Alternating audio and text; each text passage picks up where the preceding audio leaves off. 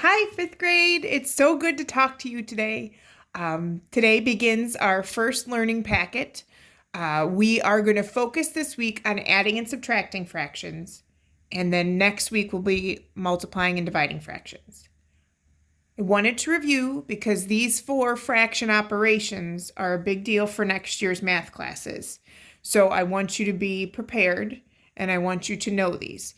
It is my plan for the next drop that we do something new.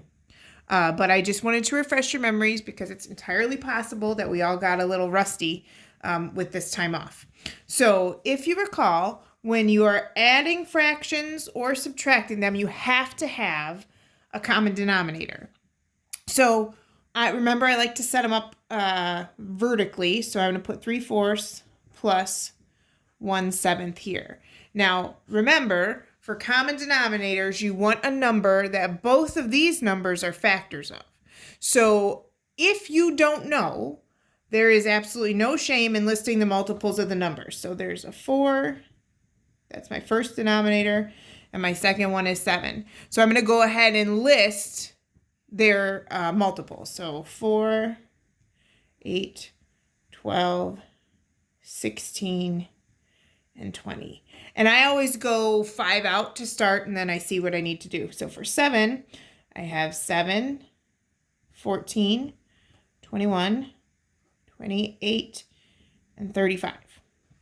Okay, so I don't have anything that matches yet, so I'm going to go back to the 4 and do a couple more there. So after 20, I'd have 24 and then 28. And there I have a match. So I know I want my denominator to be 28. So I'm going to have to multiply both of these by something to get the denominator I want, which is 28. So when I look at that, I say to myself, what is it times 4 that gives me 28? And it is 7. And whatever I do to the bottom, I have to do to the top, because when you multiply something by 1, it doesn't change the value. So any fraction with the same numerator and denominator is 1, because remember, fractions are division problems. 7 goes into 7 one time. It still means 1. It just looks different. And I'm going to go ahead and multiply. So 3 times 7 is 21.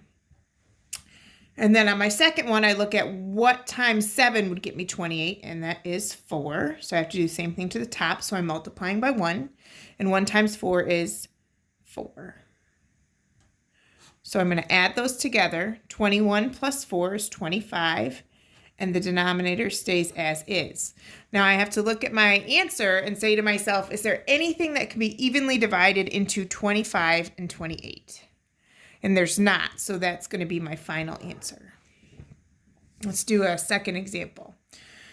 Okay, so this one I'm looking at 5/6 plus 2/3.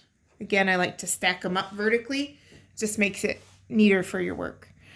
So I will list multiples again. Now, we got to a point where a lot of people could just pick out the common denominator without writing out the multiples. So if you can do that, please be my guest. But I want you to have this tool in case you cannot figure out what the common denominator is. So my denominators here are 6 and 3. So 6 times 1 is 6, times 2 is 12, and then 18, 24, 30. And then for 6, it's 3, 6. Well, I can just stop there because my common denominator is 6. So we do go through this process where we're trying to figure out what we can multiply by to get to the denominator we want. Well, the denominator we want is 6, so I don't really have to multiply this by anything. I can just bring that 5 over. But I have to multiply 3 by something to get to 6, which is 2. And remember, we have to do the same thing top and bottom. So that's going to give me 4. So when I add these up, I end up with 9, 6. Now, hopefully you remember your math antenna. Do you remember? Got them out? We cannot leave an answer like this, and that doesn't have to be stated in the directions. You just need to know you don't leave it. Remember, this is called an improper fraction because the numerator is larger than the denominator. So again, fractions are division problems. So what this means is, how many times does 6 go into 9? And that goes once. Minus 6 gives me 3. So The 1, the quotient, is going to be my whole number. The denominator is the numerator. I'm sorry, the remainder is the numerator. And my denominator stays my denominator. So I've got 1 and 3/6. But wait, there's more. I can divide both of these by 3, right? Because both are divisible by 3. So now my answer would look like 1 and 1/2. And that is my final answer. So that is some examples there for adding fractions with unlike denominators. Okay, next up we're going to be adding mixed number fractions. Remember, mixed numbers mean there's a whole number and a fraction. You see this a lot in recipes, like I need 3½ cups of flour. So here are my 2 examples. We'll start with the first one. I still stack them up vertically. I think that is much easier and clearer to see your work. Plus 5 2/3. So again, my whole numbers don't pose a problem, but I cannot add these fractions without having a common denominator. So I've got to either list the multiples, or if you just know, you can go ahead and do that. But I want to review this tool in case you come across a problem where you don't know the common denominator. So my denominators are 5 and 3. So 5, 10, 15, 20, 25. And for 3, you've got 3, 6, 9, 12, 15. Oh, look at that. So 15 is my common denominator. So then I'm going to go over here and say to myself, what is it times 15? What is it times this denominator that's going to get me the 15 I want? So I'm going to put my whole numbers over there. I'm going to say the fraction is going to give me 15. So what times 5 gives you 15? Well, that's 3. Remember, have to do the same thing top and bottom when you're adding or subtracting fractions. So 4 times 3 is 12. And 3 times 5 was 15. So I'm going to do that top and bottom, so that's 10. So I'm ending up with 8 and 22/15. Okay, hopefully your math antenna are coming out here, kids. What is wrong with this picture? This fraction is improper, and we can't leave it like that. So I'm going to again pull that part out and say, okay, how many times does 15 go into 22? That's going to be once, minus 15. I'm going to borrow, make that a 1, and that a 12. And 12 minus 5 is 7, and 1 minus 1 is nothing. So now, instead of 22/15, I have 1 and 7/15.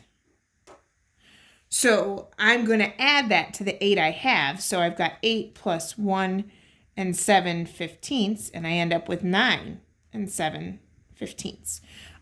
Can we simplify that at all? No, because the only thing that goes into 7 is 7 in itself, right? 1 in itself. Sorry. So this is it. That's going to be our answer. All right. Second example for this one, I've got 7½ Then I'm adding to 2 and 4/9. So the 2 denominators I'm looking at are 2 and 9. So I'm going to list my multiples of 2. 2, 4, 6, 8, 10. And for 9, I've got 9, 18, 27, 36, 45. Okay, but I'm not coming up with a common multiple here, so I'm going to keep going. So 12, 14, 16, 18, there it is. So I have to multiply each of these by some number that's going to give me a denominator that I want, which in this case is 18.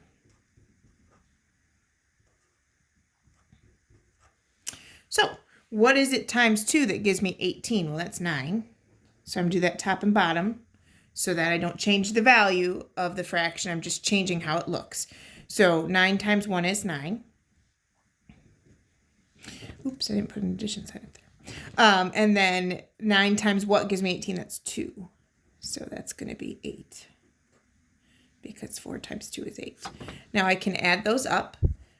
9 plus 8 is 17. and the denominator would stay the same. And then 7 plus 2 is 9. So my answer is looking like 9 and 17/18. And when your numerator and denominator are one number apart, that's already simplified. So we're good to go there.